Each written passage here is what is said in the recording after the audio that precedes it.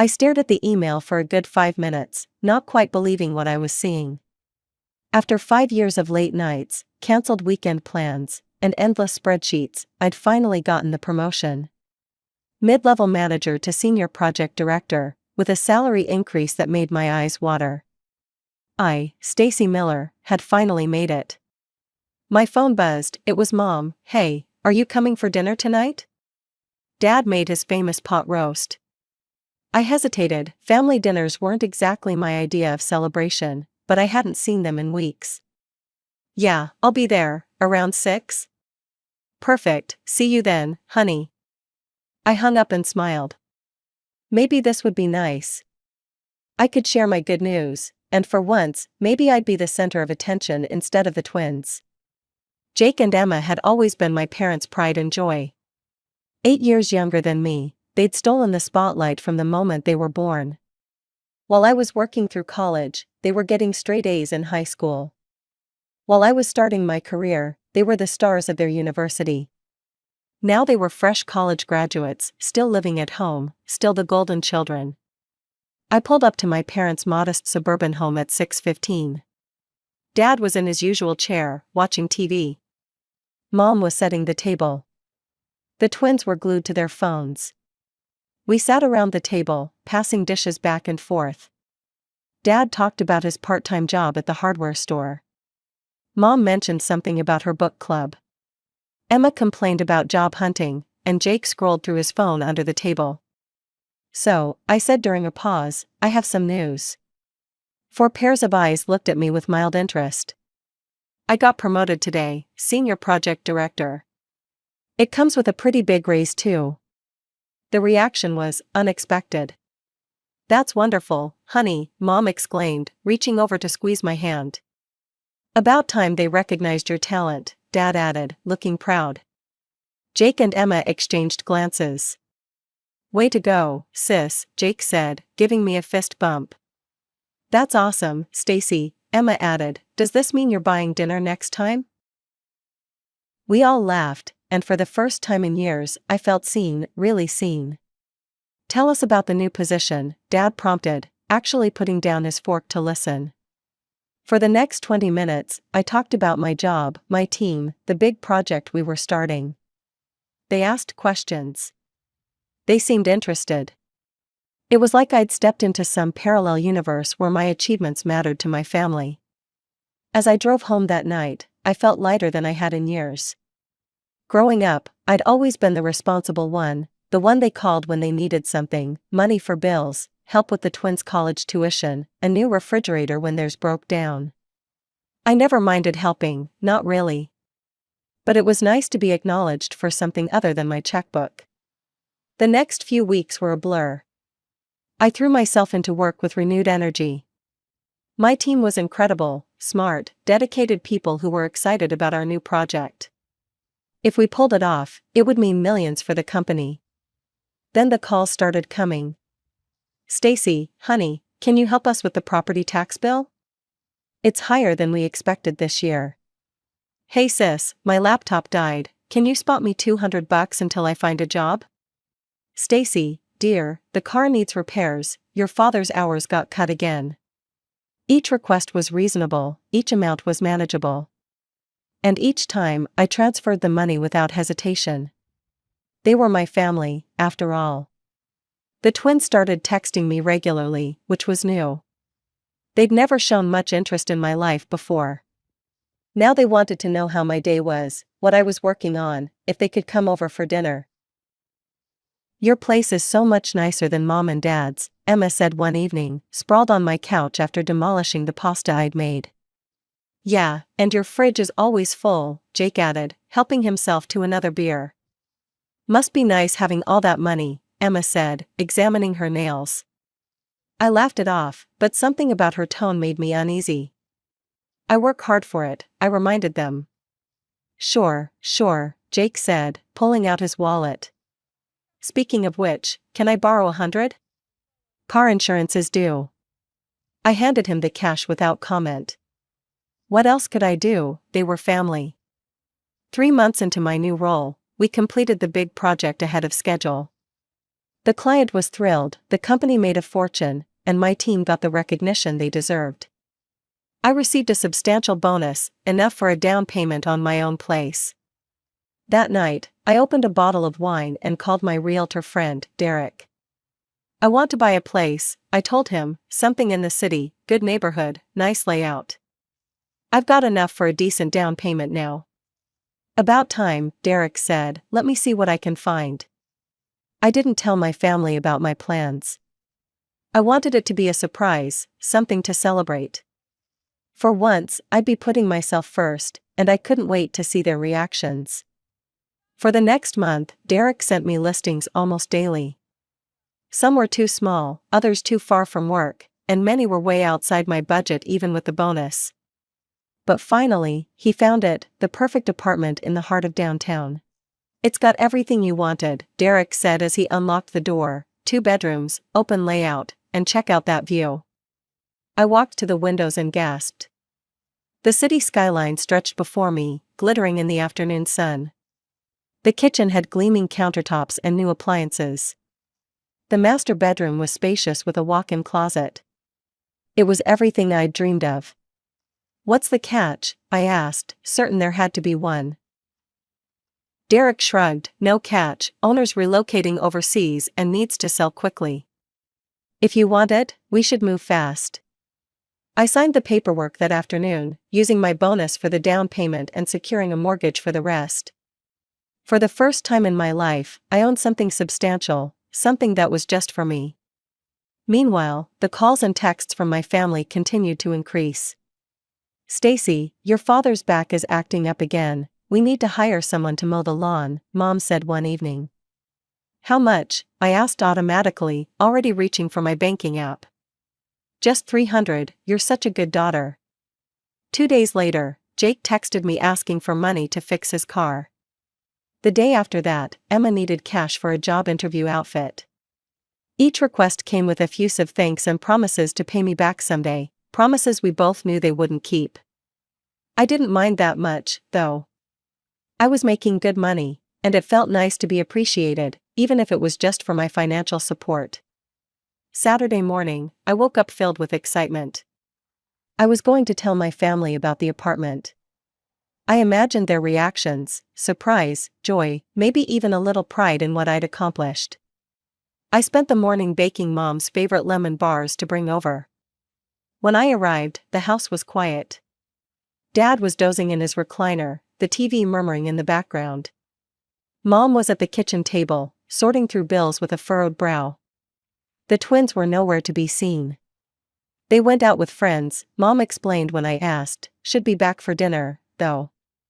I helped Mom prepare the meal, chopping vegetables while she marinated the chicken. We chatted about neighborhood gossip and her book club, easy conversation that required little effort. Dad eventually woke up and joined us, talking about a project he was working on in the garage. It was almost normal, almost like we were a regular family without the undercurrents of expectation and obligation. The twins burst through the door at 6, bringing with them a wave of energy and noise. They bickered about something that had happened, barely acknowledging my presence until Mom announced that dinner was ready. Around the table, I listened to them talk about their day, waiting for the right moment. Finally, during a lull in conversation, I pulled the folder with my new apartment documents from my bag. I have some news, I said, unable to keep the smile off my face. I bought an apartment. I used my bonus for the down payment. I slid the papers onto the table, showing them photos of my new place. It's downtown, close to work, 2 bedrooms, great view. I move in next month. The silence that followed was deafening. Mom and Dad exchanged a look. Jake's fork paused halfway to his mouth. Emma's smile froze. Dad cleared his throat. Don't you think you should have consulted with us first, Stacy? I blinked, confused. Why would I need to consult with you about buying my own apartment? Because we're family, Mom said, her voice taking on an edge I rarely heard, and families make important decisions together. But it's my money, I said slowly, I earned it. That bonus could have been put to better use, Dad said, pushing his plate away. The house needs a new roof, and Jake's still paying off his student loans. I stared at them, unable to believe what I was hearing. "I've been helping you guys for years," I said. "I paid for part of the twins' college tuition. I send you money every time you ask." "And we're grateful," Mom said, though her tone suggested otherwise, "but this seems selfish, Stacy." The word hung in the air between us, selfish. Because I'd finally done something for myself after years of putting their needs first. Emma wouldn't meet my eyes. Jake suddenly found his phone fascinating. Dad stared at his plate, jaw clenched. The rest of the dinner passed in uncomfortable silence. I tried to start conversations, but was met with one-word answers or nothing at all. When I stood to leave, no one tried to stop me. "I guess I'll see you later," I said at the door. Dad grunted. Mom gave a tight nod. The twins didn't even look up. I drove home with tears blurring my vision, feeling like I'd done something terrible when all I'd done was buy myself a home. For the first time, I saw clearly what our relationship had become. I was an ATM, not a daughter or sister. 3 days of silence was all I could take. I missed my family despite everything, and the hurt had morphed into a determination to fix things. I drove to my parents' house unannounced on a Tuesday evening, rehearsing what I'd say the entire way there. When Mom opened the door, her surprise was evident. "Stacy?" "Hi," I said, forcing a smile. "Can I come in?" She stepped aside wordlessly. Inside, Dad was watching TV while the twins sat at the dining table with laptops open. All three looked up when I entered, their expressions a mix of surprise and wariness. "I wanted to invite you all out to dinner," I announced before I lost my nerve. "Saturday night, at Emilio's, my treat. I thought we could talk things out." The silence stretched for an uncomfortable moment before Mom spoke. "Emilio's, that fancy Italian place downtown?" I nodded. "I made reservations for 7. Jake and Emma exchanged glances, a silent communication that excluded me as always. "We'll be there," Dad finally said, his voice gruff. "Right, everyone?" Mom nodded, though her smile didn't reach her eyes. "Of course, that's very generous, Stacy." Saturday arrived, and I spent extra time getting ready, wanting to look my best. I wore my favorite dress and arrived at Emilio's 15 minutes early to make sure everything was perfect. They showed up exactly on time, dressed in their finest clothes. Mom had even put on makeup, something she rarely bothered with. The waiter appeared to take our drink orders. Dad chose their most expensive scotch. Mom selected a pricey wine. The twins both ordered cocktails that cost more than an entire meal at our usual restaurants. I just smiled and ordered a glass of house wine. "So," I said after the waiter left, "I wanted to apologize if I upset you all with my apartment news. I should have discussed it with you first." The lie tasted bitter, but I wanted peace more than pride. Mom reached across the table to pat my hand. "We were just surprised, that's all. And a little hurt that you didn't include us in such a big decision." "I know," I said, "I'm sorry." Just like that, the tension dissolved. Dad started telling stories from work. Emma showed me pictures from a party she'd attended. Jake talked about a job interview he had coming up. When dinner arrived, I wasn't surprised to see they'd all ordered the most expensive items on the menu. Dad's steak, Mom's seafood platter, Emma's truffle risotto, Jake's veal chops. The bill came to over $600, but seeing them laugh and talk with me again almost made it worth it, almost. After that night, things returned to a familiar pattern, but with a noticeable shift. The requests for money became more frequent and for larger amounts. My parents called at least twice a week, always with some new expense they needed help with. The twins texted daily, their messages always ending with requests for cash. I kept track at first, documenting each transfer in a spreadsheet, but it became depressing to see how much I was giving them. I stopped looking at the totals. A few weeks later, during a Sunday dinner at my parents' house, Mom and Dad exchanged nervous glances throughout the meal. As I helped clear the dishes, Dad cleared his throat. "Stacy, your mother and I need to talk to you about something important." My stomach tightened. I sat back down at the table, noting how the twins suddenly found excuses to leave the room. What's going on? I asked. Mom folded her hands on the table. We're having trouble making ends meet, honey. The bills keep piling up, and with the house repairs last month. We need some regular help, Dad cut in. We were hoping you could send us about $1,500 a month, just until things get better. I stared at them, processing the request. I could have pointed out that if Jake and Emma got jobs, they wouldn't be in this situation. I could have reminded them that they were choosing to work part-time while supporting two able-bodied adults who contributed nothing financially. I could have said a lot of things. Instead, I heard myself say, "Okay, I can do that." The relief on their faces was immediate. Mom's eyes welled with tears. "You're such a good daughter," she said, squeezing my hand. "We don't know what we'd do without you." I set up the automatic transfer that evening, $1,500 on the first of every month, directly to my parents' account. I could afford it, even with my new mortgage. And if it brought peace to our family, maybe it was worth it. 6 months passed, the monthly transfers continued, and my family seemed happy. I was busy with a new major project at work, another opportunity to prove myself and potentially earn another bonus. My team was depending on me, and I was working longer hours than ever. Then came the dinner that changed everything. When I arrived, they were all hunched around Dad's laptop, arguing excitedly. "The Mackay Suite has a better view," Emma was saying, "but the Royal Hawaiian has that exclusive beach access." "What's going on?" I asked, setting my purse down. They jumped, as if they'd forgotten I was coming. Mom quickly minimized the window on the laptop, but not before I caught a glimpse of white sand beaches and palm trees. "Oh, Stacy, you're here," Mom said. "We were just looking at vacation options."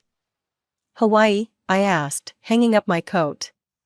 Mom nodded, a slight flush creeping up her neck. "We've been thinking about taking a family trip. Your father and I are exhausted from work, and the twins need a break from job hunting." I bit back a laugh. A break from job hunting? They'd been out of college for over a year. Jake shot me a glare. "It's not easy to find good jobs these days." "Anyway," Emma cut in, "we've already picked out the perfect resort package. It's only about $20,000 for all 4 of us." I blinked. "Wait, 4, aren't I included?" An awkward silence fell. Mom and Dad exchanged looks. "Well, honey," Mom finally said, "we know how busy you are with work. And your project is so important. We didn't think you could get away," Dad finished for her, not meeting my eyes. The realization hit me like a physical blow. "You want me to pay for your vacation, but you don't want me to come with you?"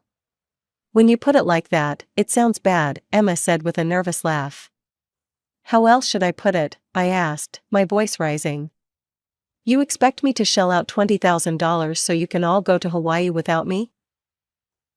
"You make good money now," Mom said, her voice hardening, "and family helps family." "I have a mortgage now," I reminded them. "And utilities, and property taxes. I can't just throw away $20,000 on a vacation I'm not even invited to." Dad's face darkened. "So your fancy apartment is more important than your family's happiness?" "That's not what I said," I protested, "but this is ridiculous.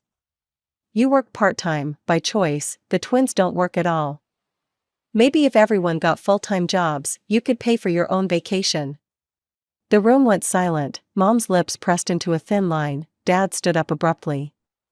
"I think you should leave," he said quietly. "We don't want to hear any more." I gathered my things, hands shaking with anger and hurt. No one spoke as I walked to the door. No one said goodbye. As I drove home, tears streamed down my face, but they weren't sad tears. They were angry ones. For the first time, I was truly seeing my family for what they were. A week after the Hawaii vacation blow-up, my family still hadn't called. I wasn't ready to apologize this time. I had nothing to apologize for. But as my birthday approached, I found myself missing them despite everything. Maybe they've had time to think, I told myself as I dialed Mom's number. Maybe they'll see how unreasonable they were being. The phone rang 4 times before she picked up. "Stacy," she said, her voice neutral. "Hi, Mom, I just wanted to let you know that my birthday is next Saturday, and I've reserved a table at Carlton's Steakhouse. I'd like you all to come. I held my breath, waiting. There was a pause, then, what time? 7, I've got the private room in the back. We'll be there, she said after another pause. No happy early birthday, no we've missed you, just a flat statement of attendance. I hung up feeling both relieved and uneasy, but at least they were coming. I spent the week preparing for my birthday dinner. I bought a new dress, emerald green silk that cost more than I'd normally spend, but it was a special occasion. I even splurged on having my hair and makeup done professionally. At 6:45 on Saturday evening, I arrived at Carlton's. The hostess showed me to the private room I'd reserved. I ordered a glass of champagne and settled in. 7 o'clock came and went. Then 7:30. By 8 o'clock, I was on my third glass of champagne and had called each family member twice, with no answer. At 8:30, the waiter approached hesitantly. "Ma'am, would you like to order? The kitchen will be closing the main service soon." "Just a few more minutes," I said, my cheeks burning with embarrassment. "They'll be here." By 9 o'clock, I knew they weren't coming. I paid for my drinks and the room fee, tipped the staff generously for their patience, and left with as much dignity as I could muster. In my car, I checked my phone one more time. No calls, no texts. But just as I was about to drive away, a notification popped up, a message from Mom. My hand shook as I opened it. "This is what happens when you're selfish and don't help your family. Maybe next time you'll think twice before saying no to us. Happy birthday." I stared at the message, unable to believe what I was reading. They had deliberately stood me up on my birthday to teach me a lesson for not paying for their vacation. I drove home in a daze, my mind racing between hurt and fury. When I got to my apartment, I kicked off my heels and poured myself a glass of wine. "Happy birthday to me," I whispered, raising my glass to my empty living room. Then I opened my banking app and canceled the automatic $1,500 monthly transfer to my parents. I felt a strange calm as I hit confirm, not guilt, not anxiety, just relief. The next week passed in a blur of work and quiet evenings alone. No calls from family, no texts, no emails. It was peaceful, if a bit lonely. Until the following Sunday, when my phone exploded with notifications. Missed calls from Mom, Dad, Jake, and Emma. Voicemails, text messages, all within the span of an hour. I ignored them all day, focusing instead on a report I needed to finish for work. But by evening, curiosity got the better of me. I listened to the first voicemail. "Stacy, it's Mom, the money didn't arrive in our account this month. There must be some mistake, call me back immediately." The second, "Stacy, we're waiting for your call. The bank says there's no pending transfer, this is serious." By the fifth message, Mom was frantic. "We have bills due tomorrow. What are we supposed to do? Call us right now." I waited until 10 p.m., then called back. Mom answered on the first ring. "Where have you been? We've been trying to reach you all day. The money didn't come through. We have utility bills." "I canceled the transfers," I said, cutting her off. There was a moment of stunned silence. "You what?" Her voice was barely a whisper. "I canceled the monthly transfers, I'm not sending money anymore." But why?" "We need that money, we'll lose the house." "You stood me up on my birthday to punish me," I said, my voice steady despite the anger bubbling in my chest. "And then you had the nerve to text me that it was a lesson." "Well, I learned it. I learned that I'm just a bank account to you." "That's not true," Mom protested. "We were just upset about the vacation. We didn't mean anything by it, it was just a joke." I laughed, a sharp sound with no humor. "Some joke, leaving your daughter alone in a restaurant on her birthday. We're sorry, okay, we made a mistake. But please, Stacy, we really need that money, we don't have enough for utilities." "That's not my problem anymore," I said. "Maybe it's time for Dad to work full-time. Maybe it's time for Jake and Emma to get jobs, any jobs, instead of waiting for their dream careers to fall into their laps. I'm done." I hung up and blocked their numbers, then I blocked them on social media and in my email. The next morning, I warned security at my office and the doorman at my building that my family members might try to contact me and that I didn't want to see them. Sure enough, they tried. Dad showed up at my office 2 days later. Emma waited outside my building the day after that. I walked past them without a word each time, their pleas falling on deaf ears. Through mutual relatives, I heard that life had gotten tough for them. Dad had to take on full-time hours. The electricity was cut off for a week when they couldn't pay the bill. Jake and Emma were applying for retail jobs, complaining the whole time about how they were overqualified. I felt no sympathy, they had made their choices, just as I had made mine. 6 months later, I received a letter in the mail, no return address, but I recognized Mom's handwriting. Inside was a birthday card, months late, with a simple message: "We're sorry, we miss you, please call us when you're ready." I put the card in my desk drawer and closed it firmly. Maybe someday I'd forgive them for seeing me as nothing more than a resource to be exploited. But not today. Today, I was focusing on myself, my career, my life, the life I had built with my own hard work and determination.